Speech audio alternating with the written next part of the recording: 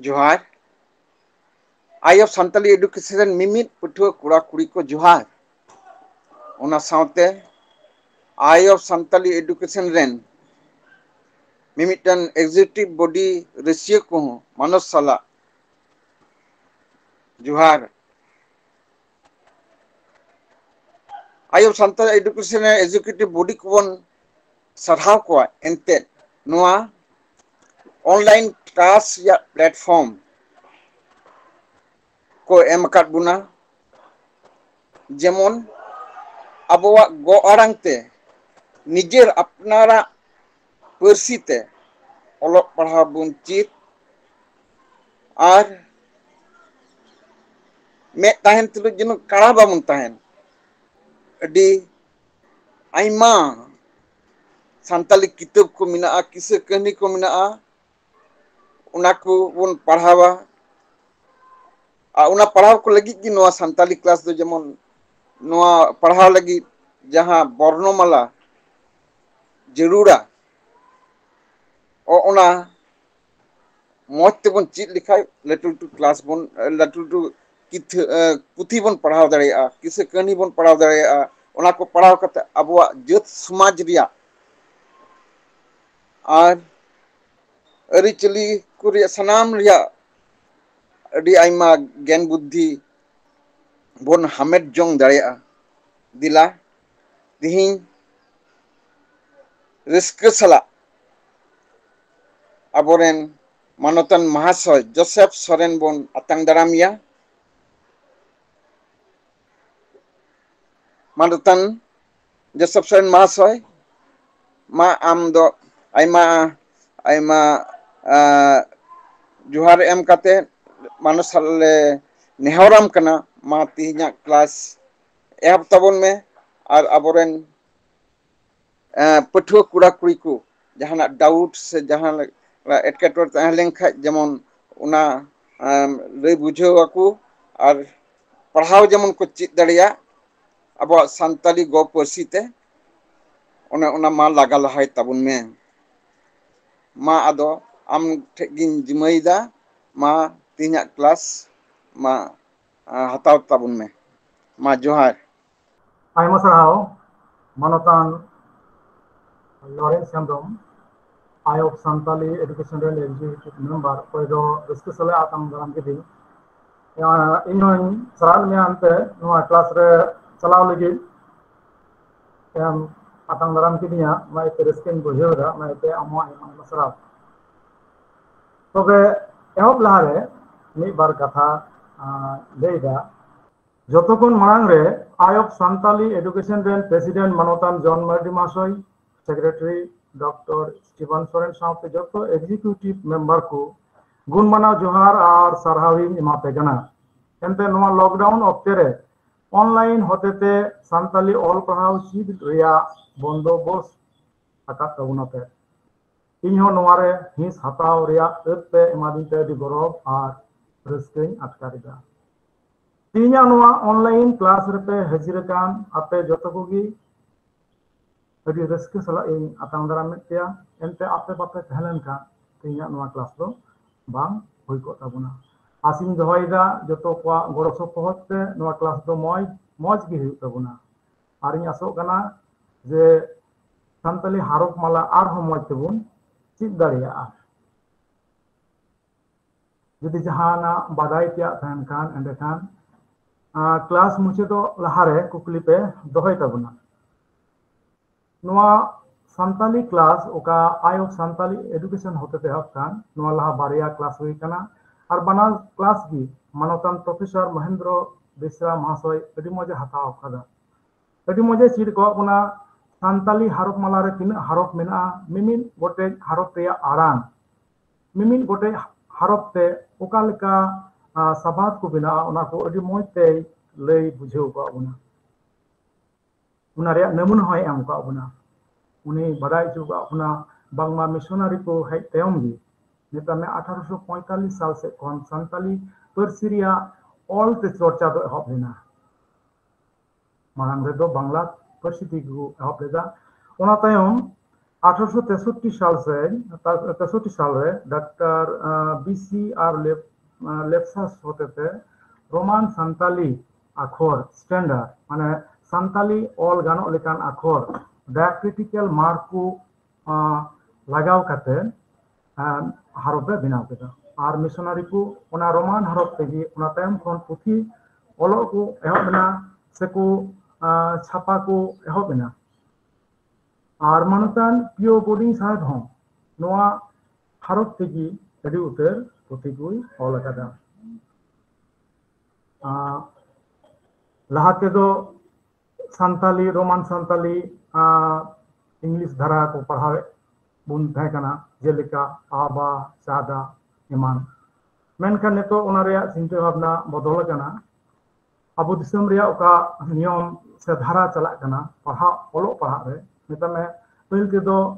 स्वर वर्ण एनेते व्यंजन वर्ण से पहिल रे भावेल सिनेते कॉन्सोनेंट ओना धारा के नेतो हो नेतो अब संताल रोमान संताली हो एहब कना से चला कना और ओना धारा तेगी मानतान प्रोफेसर साहेब महेंद्र बिस्रा चलान बारे क्लास रे हताव के तबुना अदो उनी उकाय ले गो बन सरी कथा गी ले गो बुना बोले नुआ आरांग दो हिंदी धाराते से देवनागरी धाराते गी हेज कना और ओना धाराते गी पढ़ाव के बुना ओकोय को जदि ओना क्लास रे बाबून सेलेक्ट कान यूट्यूब मेना ओना रे बुन नेल दाड़ेया से ओना धारा बुन चिक दाड़ेया अदो तिहिं दो बांग्ला धाराते रोमान संताली ऑल पढ़ा बुन चिदा बोंगा तलाव कान मानुतान ओनलिये और नागामिये धीरेन्द्रनाथ बास्की मिटेन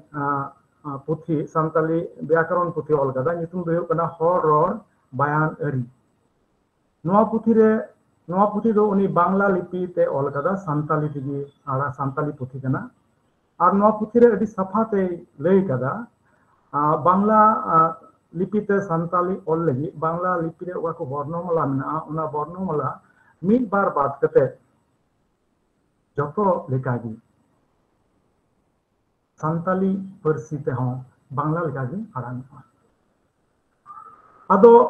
हिंद देवनागरी धारा से बांग्ला धारा ओकाटा धारा ते बोन पढ़ावा जहाटा धारा ते बोन पढ़ावे कान मेनखान फिर हा रोमान अक्षर ते संताली बोन ऑलदा ओना ऑल दो एके मिल gi हुआ और अडी स्टैंडर्ड ऑल हुई कना और ची लेका बोन रोरदा उनका जो बोन ऑला अदो ची लेका बोन रोरा माने निपुट रोर मा आयमा रकम बोन रोरा मेनखान निपुट आरांग ओका कान ताबुना असल आरांग आंचलिकता ये तब से आरांग थोड़ा हंते नते गया मेनखान ओकाटा ठीक आरांग कना उना जुदी ठीक लेका बोन ऑल कान नोआ रोमान संताली क्लास रे सिलेक्ट कते चीज हिउ दबुना एनते नोआ दो बुन चिदा ओका डायक्रिटिकल मार्क ना ओका दो टुडे सिने मिना उना हो बुन चिदा नित हबिते बाजार रे ओका से अबवा घारोज करे बा को पुथी मिना ओना पुथी रे दो जतो डायक्रिटिकल मार्क दो बांग बैसवा माने सिंप्लीफाइड रोमान संताली पुथी मिना माने सरलीकरण का दो अलगाते जेमन को पढ़ाव दारे से अलगाव का दो जेमन ओ और ओ बिगार बनुआ उनका जी ई रिया से ए रिया मिटन तिगी हुबना हबन चिद इदिया अदो उन्हें लेके जहां टा की बोन चिद तो जहां टा तिगी बोन आरांग चाहे दो देवनागरी धारा बोन पांजाय चाहे दो बांग्ला धारा मिट की बोन ओला मिट की ओलगवा और मिट की आरांगवा अदो जस्ती लहा से जहाना नोआ बाबत कथा बांग लई केते दिला क्लासरूम से बन बोलोआ और नोआ संताली हरफ माला बन चित दोहया आसोन जतो कोगी जतो घारंज रिगी संताली पुथी को दो मेना पढ़ावे कान गया बन और ओना पुथी रे दो ओना मेने पढ़ाव सुझी दबन ओकालका रोड़ो कना से आरांग कना उनका तो बसे ऑल बनो अदो नोआ डायक्रिटिकल मार्क मजते बुझो लगी बुन कुरुमते अदो दिला आर मिद दम बारे क्लास रे बो हरफ माला बुन चित कदा अदो नोआ तो थोड़ा ओना लई के बांग्ला धारा पे बुन चिदा पहिल रे नोडे रकाब कना संताली हरफ माला लाथों ले ले यार में दोइन ले दोड़ाएगा नवान स्टूडेंट्स को मना पेखान सान्ताली पर्सिरे जोतोरे मोनेगेल आरे गोटेन धोनी से आरांग मिना आर नोआ जोतो धोनी से आरांग लेके गी जुदे जुदे हारोप हों मिना तबे पहिल रे तो नोंदे बन नेल दा नोआ दो हुयु कना स्वरबर्ण से भावेल्स से सान्ताली ते बुन मेन किया नोआ को दो हुयु कना पयोर आखर से बे हटियो हारोप को अदो लातारे बांग्ला धाराते ऑल कदा बांग्ला ते नोआ सी बुन व्यवहार दा ओना ऑल कदा ओना गे दो मिन पढ़ाव बुना पहिल लाइन पहिल हारोप ओ दोसरा दो आ तीसरा दो बांग्लाते हरसुई बुन मेना मेनखान किरे रोमांस बुन पढ़ाव दो ई हरसु दो बाबुन मेना नोआ दो बुन ता उ नोआ दो ए नोआ दो ई जेमन दारी बिली इमान साबाद रे ओका ई आरांग कना ओना नोआ दो ई गी मेनखान नोय लातार दो बांग्ला ए गिन ऑल कदा अदो चिदा इन ऑल कदा नोआ दो हा तयम ते भेदिन भांगाव बोना इने गते दो नो दो ओ तले पहिल लाइन दो हुयु कना ओ आ ई उ ए ई ओने लेके दारी से बिली ओना साबाद बुन दिसया ओना रे ओका आरांग कना ओना गी नोडे दो हिजुआ इने कते ओ नोआ दो हुयु कना पयोर आखर से बे हटियो हारोप रिया साधारण आखर को दोसर लाइन रे नोआ दो हुयु कना गहले आरांग हारोप को गहले कना नोआ आरांग दो गहले कना नोय जे पहिल लाइन रे बाबुन नेल केदा ओ ओना तेम आ नोआ आ लातारे मिटेन टुडे लगाव केते ई ए हुई कना अदो नेतो दो नोआ आ रे टुडे लगाव केते ए हुई कना ओना दो बाबुन मेना नोआ ए हो मिटेन साबाद kan आरांग कानते नोआ हो मिटेन हारोप कना ए मिटेन हारोप कना ए नोआ दो ए हारोप कना गहले आरांग गहले कना जेमन बे मेन क्या बोन अडी अरसी कमी एमान कथा को दोसरा बुन नेलदा नोय पहिल लाइन रे मुचित सेट कोन तुरुया मुचित से कोन दोसरा और एहब से कोन तुरुया हारोप कादिन लेके ई नोआ कोन उना लहारे अदो ए हुई कना उना लातार बुन नेलदा मिटेन डेस्टिनो हुई कना आबार नोडे गहले आरांग रे दोसरा से तला रिया नोआ दो मिटेन बुन मेन क्या मिटे डॉट से टुडे लगाव बना अदो नोआ हम पे स्वतंत्र मिटेन आरांग रिया चिन्ह कना मिटेन हारोप से आखर कना नोआ दो नोआ दो बुन मेन लिखाय रे रे उका दो गई जगह सिरिया रे को सिरिया रे रे रे से ओने महासुने ने ले ले जेमन सगोय करे को लेया पाजेर ओने रे रे रे रे रे उका ए हुई कोना नोआ रिया आरांग दो ना ए कान गया नोआ दो ए ई आरांग कना रे रे ए रे उनका गी नोय पहिल लाइन रे पुन नेल दाना ओ लातारे मिटेन डैश चिन्ह लगाव कते नोआ दो हुई कना ओ नोआ दो ओ निजस्व मिटेन हारोप कना नोआ मुचे रे नोआ लाइन रे मुचे खोय नोआ दो है कना ना दो बाबुन मेना नोआ मुचे रे दो ओ कना एहब रे दो ओ कना उनका गी नोय दोसर लाइन रे मुचे दा माने तीसरा हारोप हो ओ जेमन बुन मेन क्या 16 टाका 16 ओ हाना दो 16 एहब माना मुचे रे अपन 16 मन बांग गहले कना नोआ 16 दो ना भूल बुन 16 ओका दो सठिक आरांग का 16 से बुन मेन क्या कोल चेने कोल ओंडे ओ रे थोड़ा गहले कना तो दोसर लाइन दो हुई कना गहले आरांग पयोर आखर से बेहटिनियो हारोप ओना कुरेना उच्चारण हुई कना ए ओ ओना लातारे बुन नेलदा आरा कलिते ऑल मेना ᱱᱚᱜᱼᱚᱭ ᱪᱮᱛᱟᱱ ᱯᱟᱹᱦᱤᱞ ᱞᱟᱭᱤᱱ ᱨᱮ ᱚᱠᱟ ᱵᱚᱱ ᱧᱮᱞ ᱠᱮᱫᱟ ᱚ, ᱱᱚᱣᱟ ᱚ ᱪᱮᱛᱟन ᱨᱮᱜᱮ ᱱᱚᱜᱼᱚᱭ ᱢᱤᱫᱴᱮᱱ ᱪᱤᱱᱦᱟᱹ ᱵᱚᱱ ᱧᱮᱞ ᱮᱫᱟ, ᱱᱚᱣᱟ ᱫᱚᱵᱚn ᱢᱮᱛᱟᱜᱼᱟ ᱢᱩ ᱨᱮᱭᱟᱜ ᱪᱤᱱᱦᱟᱹ ᱞᱟᱜᱟᱣ ᱠᱟᱱᱟ। ᱟᱫᱚ ᱱᱚᱣᱟ ᱚ ᱟᱨ ᱢᱩ ᱨᱮᱭᱟᱜ ᱪᱤᱱᱦᱟᱹ ᱦᱚᱛᱮᱛᱮ ᱢᱤᱫᱴᱮᱱ ᱱᱟᱣᱟ আখর বেনাও কানা, অনা মিটে আখর কানা অ,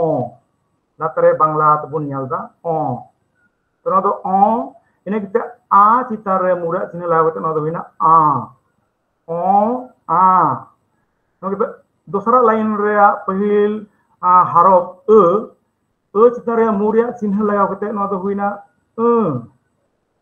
না দো पहिल লাইন তিসারা তিসারা হরফ চিতারে নোডে বন নেলদা মুরে চিহ্ন লাগাতে হইনা না দো से चेने चिन्ह को मेता कना आदम को दो इ, ओना तायम दो उ, ओना तायम ए, ओना तायम इ, ओना तायम उ। तबे नोडे बुन नेलदा पिया लाइन रे मेनाआ ओकान लई के भावेल से पयर आखर से बेहटियो हरफ से हाँ नोआ को दो पहिला दो हुयु कना साधारण पयर आखर से साधारण बेहटियो हरफ को, दोसरा दो गहले आरांग बेहटियो हरफ, तीसरा दो मु आरांग, नोआ दो मु ते आरांगोआ। बांग्ला रे दो उनका चंदो बिंदु बुन लगाव इदिया और नोआ दो मु ते आरांगोआ। ओनाते नोआ दो मु आरांग हरफ को कना। तबे बुन नेलदा जे भावेल्स दो जतरे हुयु कना नोडे 8 गोटे, नोडे 3 और नोडे 9 गोटे, जतरे हुयु कना 9 गोटे।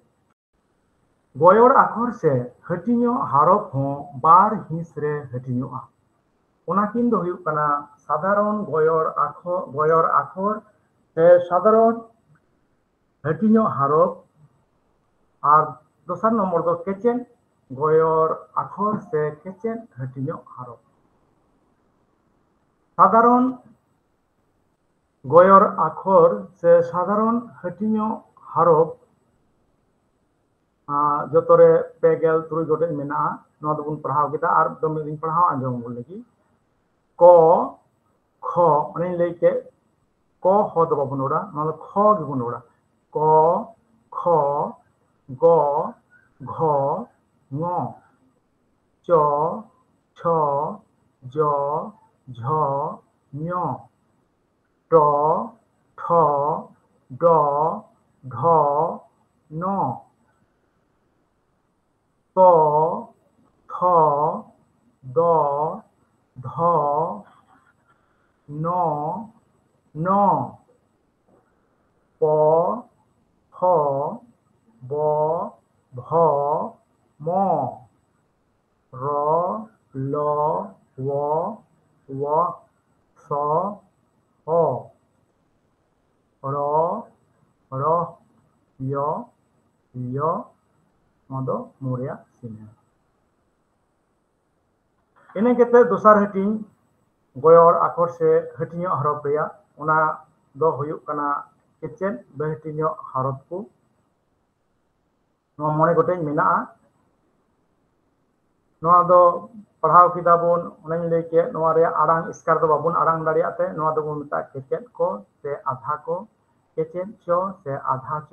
केचेन तो से आधा तो, केचेन प से आधा प और केचेन ह से आधा प। दिला नितो दो इन हिले चिडार बुन गया भाषा तो एन हो और भी दमन रिपीट दोहराय लगी नोआ को हरफ पे चिलिका बुन ऑल दाड़िया से चिलिका नोआ को हरफ पे सबात को बिना कना ओ ते बुन ऑल किया से ओ हरफ पे हुआ ऑल अब दो निहाली काकू पुथी ओड़ा घारंज करे मेना सांताली पुथी नोआ ओ लातारे नोआ दाग डेस दो बनो आंदो ओनाते दो ओल ओंका ओना दो ऑल कना सा तो ऑल बुन ऑल खान नोआ दो व्यवहार हुई गया ऑथ ऑनल अकॉय अहय ना दो ऑथ ओ हो एनेते च असंतो अकॉय ऑनल लेबुन ओ न इने केते नोडे न ठेन ओ मेना ऑनल इने केते नोडे बुन नेला नोडे बांग मिले कना अकॉय ओ आउंडे रे मेना हांगाम नोडे मेना ई OI OI ado no anode do untustoyo hoina ar chida bang mile kana ona tirha diphthong re abun class oa un somoy noa babod ha bun galmarawa chida noa do nongka hoina mente a te a am baba abu arang ite in il ipil gipil didi ute ul umul utu suluk e noa ete em even here ente gele neto puthir do noata noa kata I bun le kan latare banglañ ol kada e noa gi ব্যবহার do neto puthi kore mena menkhan abu noa chid hu tabuna se noa dharate puthi bu ol huyuga ande khan tale okala bun ror da onka gi na ologoa se onka na puthi bun pahau daria to sara lain re I bangla te mena e meka noa ge arang noa bangla te e lika do bangna no do I lika jemon idri Inga, tiril, dari, bili. Bangla te punya lekha bele ol mena. Menkhan ado bili kan gya. Puthir do nongka ol hu mena. Menkhan ado bili se dari onka gi arang do huyuga. Ini kete o noa o ar no o noa ria ব্যবহার barai hu tabuna. Tin somoy o ar tin somoy o huyuga. Ora ona horo oprom ota eman gehle arang te bun nyel ke e te elu noa do neto puthir ho mena gya ব্যবহার mena gya noa do bun barai gya elu ersi seru maile kei eman noi noa ria udaharon ma laha khoi noa main lei kat obon jon ked ked re re ei pajher noa I latare noa tuduk den kai e noa do o gi gehle kana ol bili sadal ol ki dia ko kol chene sol haku re bangla te mo sol haku sol bangla te ol kana sol menka santali te sol haku thoda node gehle kana pio chene pio node o re gehle kana 16 টাকা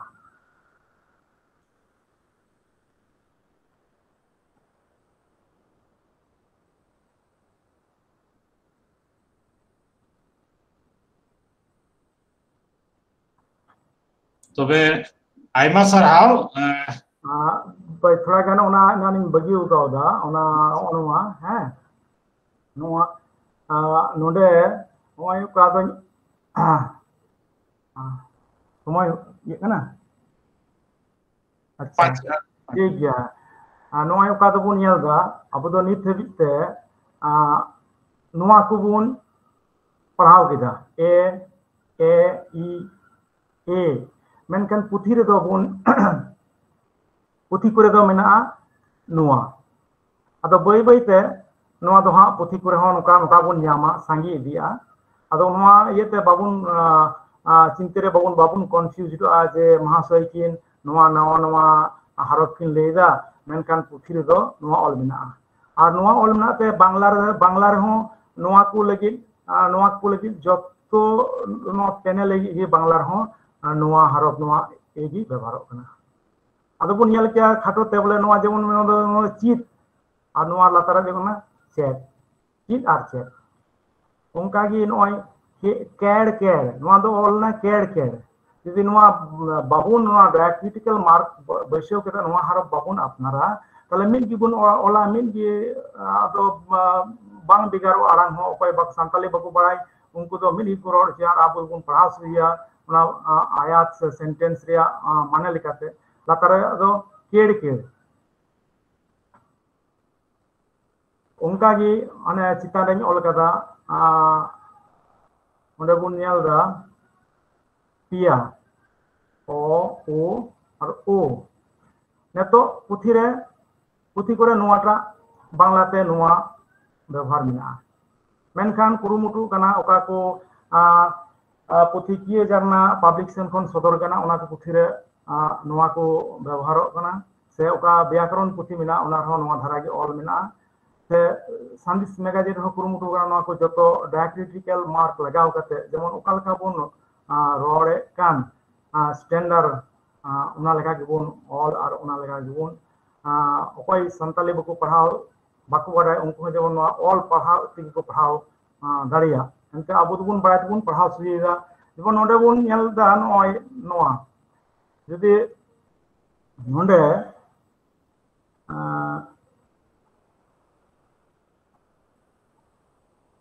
नोडे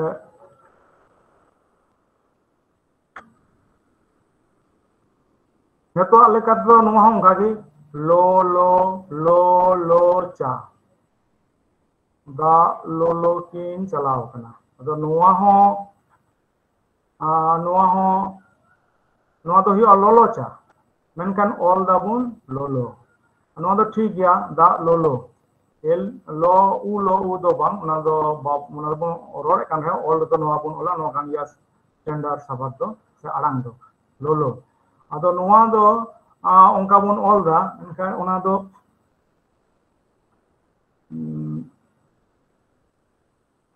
noa do lolo cha nongka gi huyo ado ona yete nehoring dohoi da somoy ho pase aba haju kana bang anwa diacritical mark ko bon sida ar asoin चीज दरिया bone अदो समय मा कम Gita bone अदो अते लासिंग लहा दिया से चिलिका तीन दो मिना हबी लगी नोटा दी जहां लिकु थान खाइ नोडे हबी जी तजी हफ्ता तायम बोन जी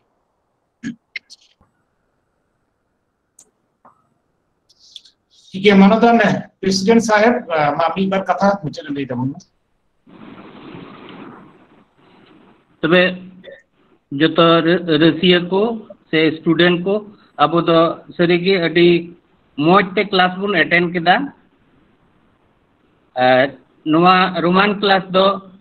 तीन गालो पे शनिचर होइना और इनते तीन हड़ बुन अटेंड के अक्षर माला दो प्राय मोटामुटी जतो के बुन चीत किदा से बुन चीत इदीदा चीत मिमिट क्लास रे चीत जोखे भागा लेका के बाबुन बुझेउदा तो समय शॉर्ट